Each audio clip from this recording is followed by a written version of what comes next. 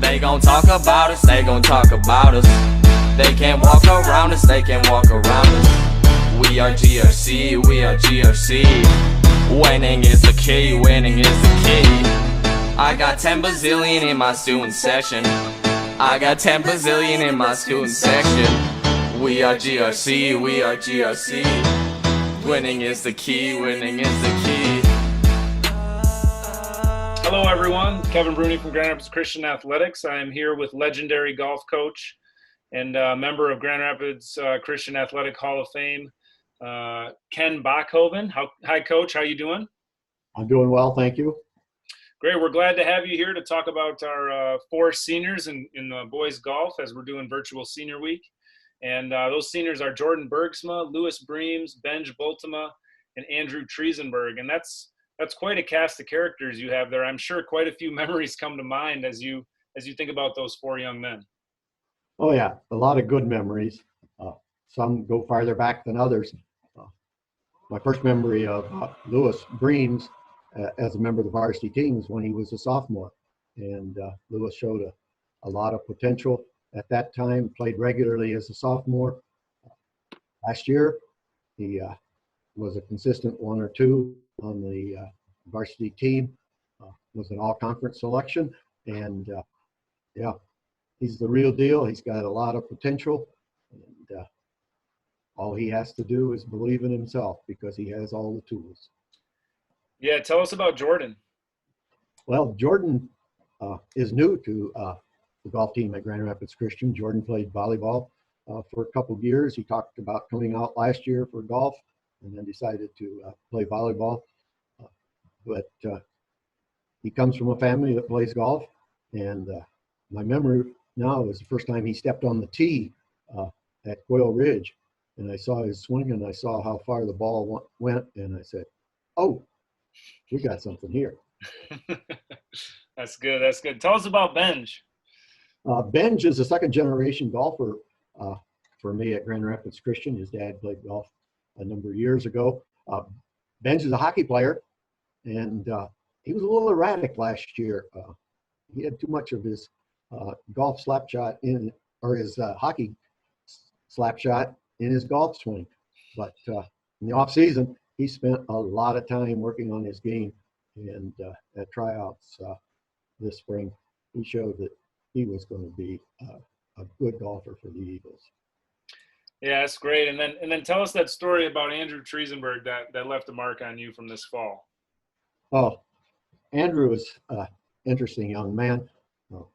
I happened to work with the girls golf team, and we were at Cascade Country Club playing a practice round, and here I see Andrew sneaking through the trees out on the golf course.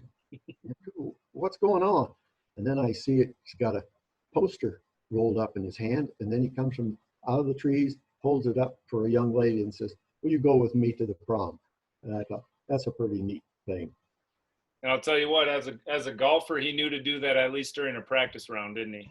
Yeah, not in a regular season match. That's right. So, Coach, you've done this for 38 years, and there's a lot that you love about coaching this game, obviously. So what are you going to miss about working with these guys this year, not having the season? Well, the potential that was there. I don't think other coaches in the league would realize what we had coming in. And the challenge of seeing what we could do in the OK Gold, I think we would have been a contender. And we'd very much like to have had the opportunity in regionals to qualify for state. And the opportunity just to try to help each one of these guys, not only with their golf swing, but with developing confidence in their abilities, to trust their abilities, and to put forth effort to be the best they could possibly be. Yeah, and I know Lewis had a real chance to make a mark in the state tournament, and gosh, it seems like a couple of those guys maybe could have been a part of that as well. Exactly, and that's what I feel really badly about is these young men missing out on their senior year in golf, and the challenges and the opportunities that they are missing out on, they're never going to be able to get those back. And that's tough. Coach, that leads me into my final question for today, which is, this is obviously something that none of us have seen before, even in your 40 plus years of being involved in athletics. Can you give us a little bit of encouragement or words of wisdom just from your life about how people can stay positive and motivated during these hard times? Well, there's no question that these are difficult and trying times. And when we face these difficulties, we don't necessarily get over them, but we do get through them. And that's what I want to encourage people to think about, that we will get through these times. But I'd like to share with you and our community a poem that meant a lot to me. Someone sent it to us a number of years ago when our youngest daughter passed away, and it's entitled, God Has Not Promised. God has not promised skies always blue, flower-strewn pathways all our lives through. God has not promised sun without rain, joy without sorrow, peace without pain. But God has promised strength for the day, rest for the labor, light for the way, grace for the trials, help from above, unfailing sympathy, undying love. Our God is good all the time. Coach, thank you so much for sharing with us.